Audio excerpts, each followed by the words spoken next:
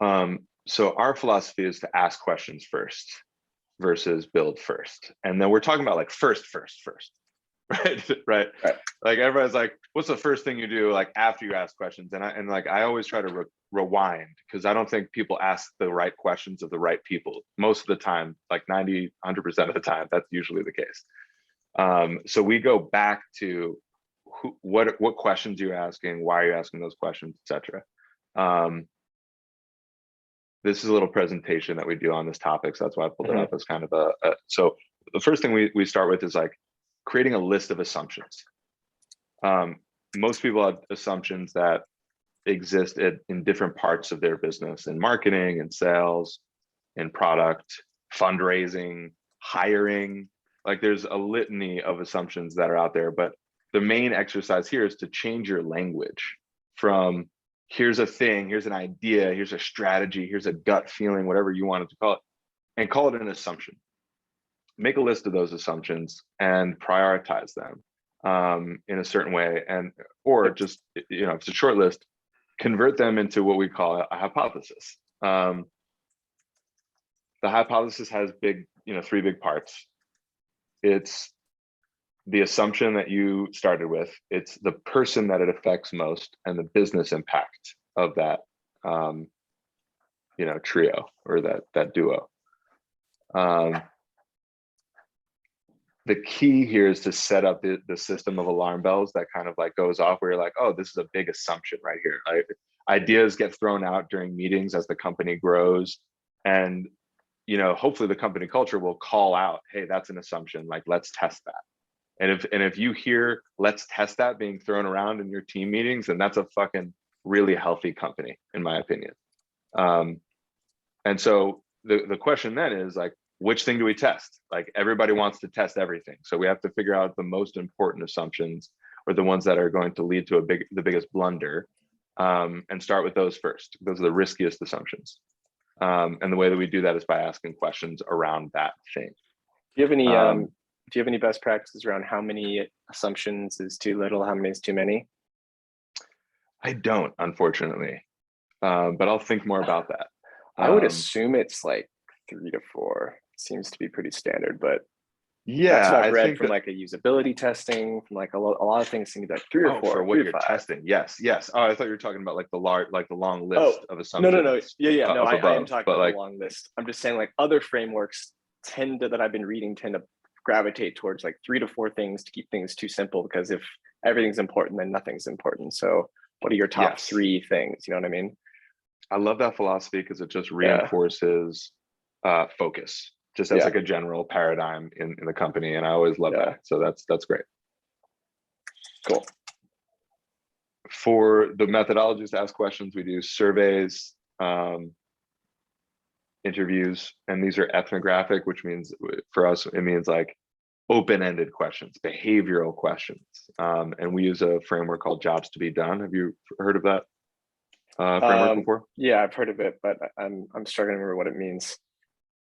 Cool. So the general idea behind Jobs to be Done is like people hire a product to do a job for them, or a service to do a job for them. And if you can identify that job, its frequency, and the amount someone's willing to pay for it, or like the pain that it solves, then you have a kind of an idea and gauge of what like the market is interested in, at very least. And I'll go into in a second how to record ethnographic interviews in a quick way that's really impactful. It's just like changed the whole world for us in our interviewing tactics. Gotcha. And I just realized that I already was recording this. Sorry, I forgot my Fathom note takers in here. But anyways, okay, great. Okay, that makes sense. Okay. I can pause there. Any thoughts, any questions, or anything before So, no, let's keep. I guess looking at these survey. Sorry, actually, go one up.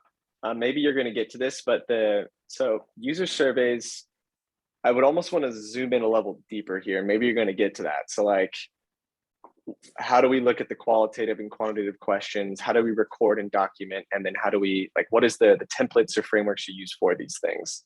Yeah, here's some quick tips on this. I don't know if you want to just screenshot that, or I Yeah. can send this to you. All right, I got this. But yeah, these are really helpful. They don't need much explanation. They're there for you to take a look at. I also take a screenshot of this. This is helpful as well because a lot of times recruiting the right participants in the screener, or like you need to have good screener questions in order to consider the right opinions and exclude others. And that needs to be embedded in the survey if it doesn't appear before the survey begins.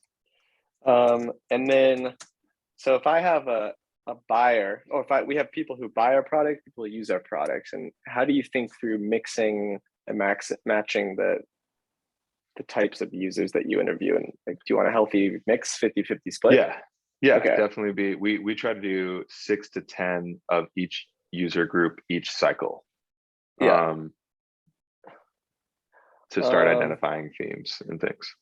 Yeah. Okay. Okay. Cool.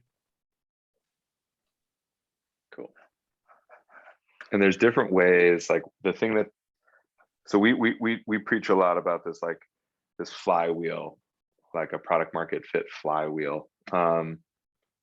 And the thing that slows that engine down is finding users at first, finding the people to survey that matter the most, because you don't have customers yet. Once you have customers, you can survey your customers, and you'll always want to be surveying people that aren't your customers so you can, enter new markets and create new services. But early on, finding people is really difficult. So here's a few different ways of making that a little bit easier.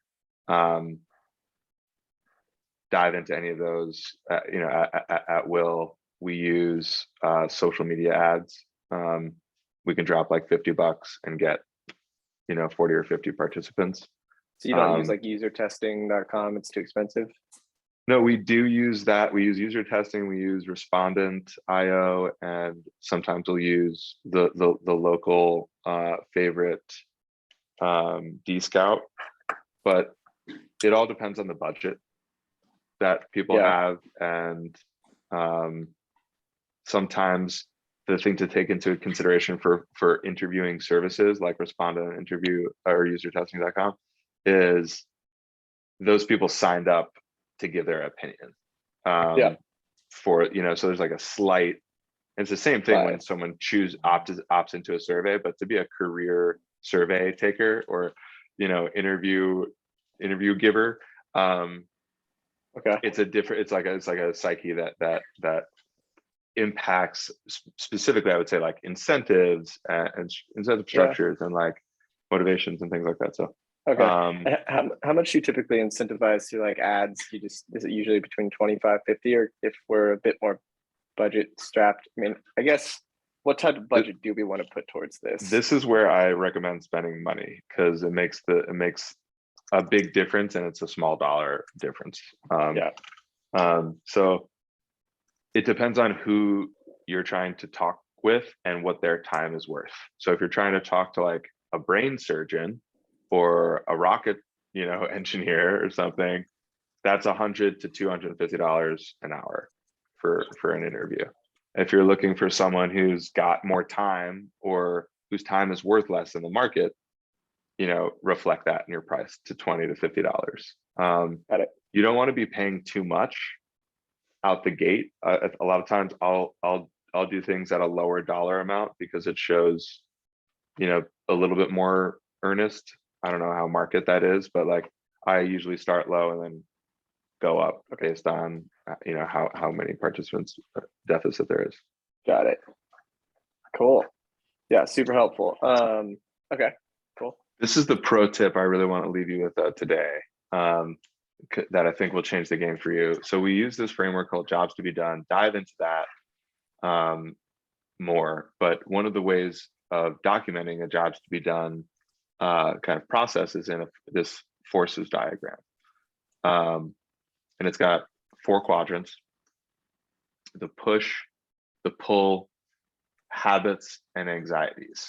And so the top half here is where we're going to kind of focus on clustering after you take these notes. So this is meant for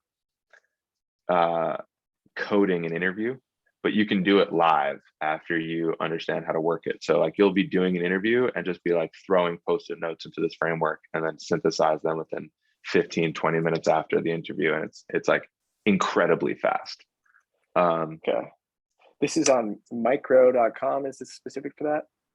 No, so Miro is just a whiteboarding tool. Yeah, you can Miro, use anything. We use FigJam most. Okay, perfect. So the attention after the synthesis is up on the top half of this diagram. Ultimately, we plot that diagram on an affinity map that follows the user journey. So where there's overlaps and pushes and pulls is basically where there's most likely an opportunity for product market fit. So where someone's being pushed on their own desires, and where you're in the pull, where your product offers features and solutions to those problems, that's like roughly where you should be focusing attention and wanting to do testing around. And so what we do, just as a rule of thumb, we usually start when a product is brand new, we start earlier in the journey where like, so this example here is where adult children who are taking care of their parents, they want their parents to age at home as they're getting older, and they're looking for service providers remotely and trying to manage those service providers remotely. And of the product market fit or product market pull and push that we found, it's this like searching for that service provider early on that happens before scheduling and coordinating those service providers. So in order to understand how to go to market and then solve problems first that will affect problems later, we decided to start earlier in the journey map. And that's kind of just a rule of thumb that I recommend for most folks, just like try to start earlier in the journey, because it doesn't matter if this doesn't work if you can't get through this part. So is this, I just want to make sure I'm understanding. So this quadrant right here, is this a task a user has to do, or is it just a problem that they have? Like what goes into this? So this is the quadrant from push. All the blue post-it notes are coming from the push quadrant. And the push quadrant is like what they're going through right now. So, they're spending a lot of money visiting their parents. They're having a hard time verifying if their parent has taken the medication, right? These are just like problems that exist in their life right now. So that's push. Pull is like, I solve this for you, right? Like I schedule your medication really easily, or I can, have someone show up to the house in an emergency, so you don't have to take the trips or the flights. And so that's the solution of that you're bringing to the table. And that's what would pull people with specific pushes and, that match that. So basically what this affinity map is over here is it matches up pushes with pulls in clusters and themes. So,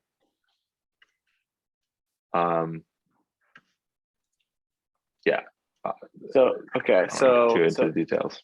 No, I think this is really helpful. So just let's last one. These are all push right here in blue, right? Right, in blue, yep. And then this is a pull. And this is you're pulling them with your solution. So this would be like, I have these problems. Okay, great. Now I have a solution for my problem right here. Right.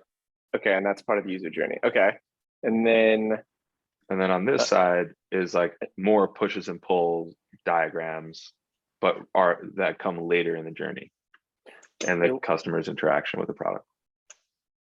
And why do you put things down low sometimes? That has no value in terms of visual mapping. It's just a closeness and overlap. And size, I suppose, it just means that there's like, we contributed as a group more in that section. It doesn't necessarily mean that there are more problems there. Okay, so and these are all your hypotheses, potential solutions, right? Correct. Okay. Got it. Okay.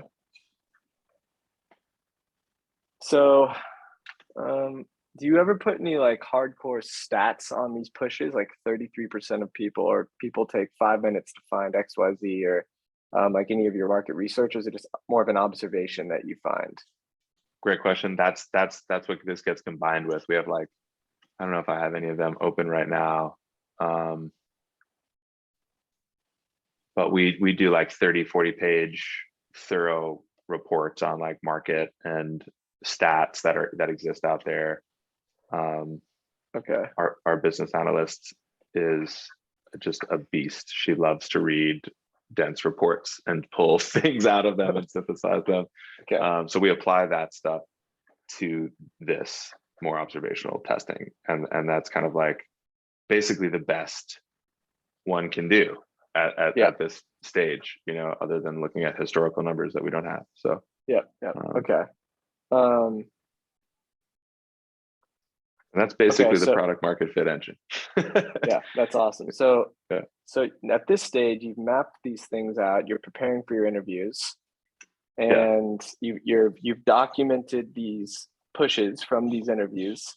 Right. And So I would now you're assume, kind of yeah, adjusting a prototype, you're adjusting a design at the end of this, but like we're not quite there yet. What we're trying to do is prepare for another research cycle.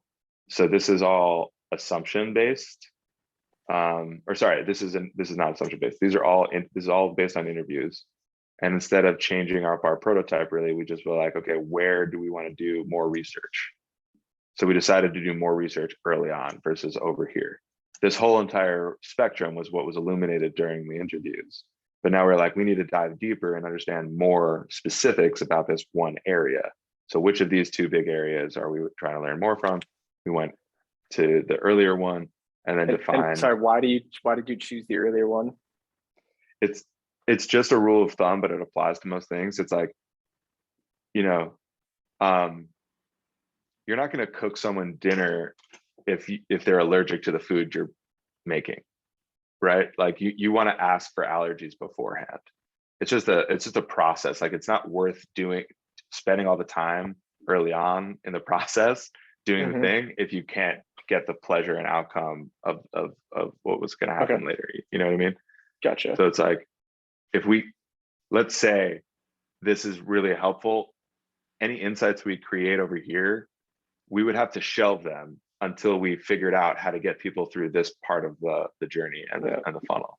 Right? I think that's kind of like one of the biggest errors we made with building our product so far, that we're having to kind of backtrack and fix now.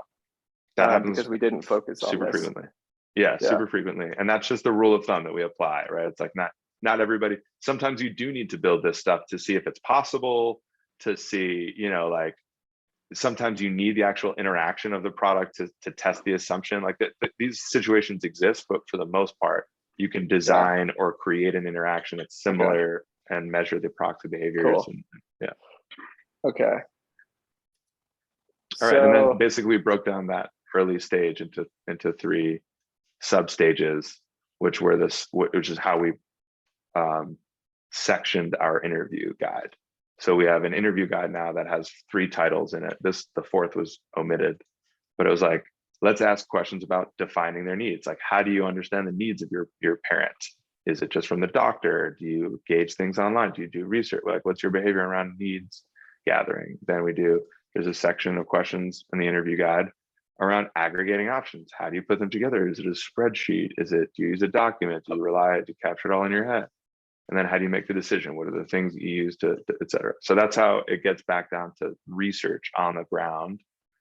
And then you do the interviews again and you start over here and you start capturing them again in a different way, creating new clusters, new themes and insights that hopefully at some point you'll be able to clearly, inform product decisions and features. And then we get into prototyping. And I don't know if I have a prototype. And prepare for the interviews.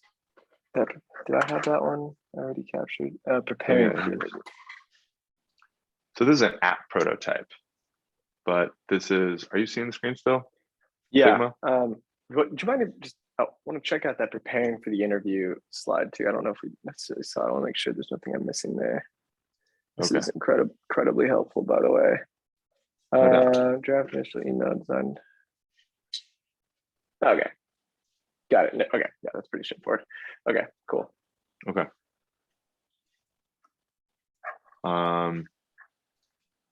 What was I doing? Okay, so this is just like a quick prototype, a mobile app prototype, right? It looks kind of real. It's kind of interactive. I can get a feel for what the product is trying to do for me, etc. And I threw this together in like 2 or 3 days. We got in front of a person. We did a workshop or an interview very similar to the template I just showed you. Then we built, this prototype's like, okay, here's how you would manage care between your different people and family members. Like, how does this feel? What does this look, does this match, you're obviously these aren't the questions we're asking, but like trying to understand if it matches their expectations or, what they would change. And so this is one of like 5 probably prototypes that we're going to be building in the next couple of weeks to test this assumption further. But it's kind of like a spiral, right? Like it's a cycle, but you get narrower and tighter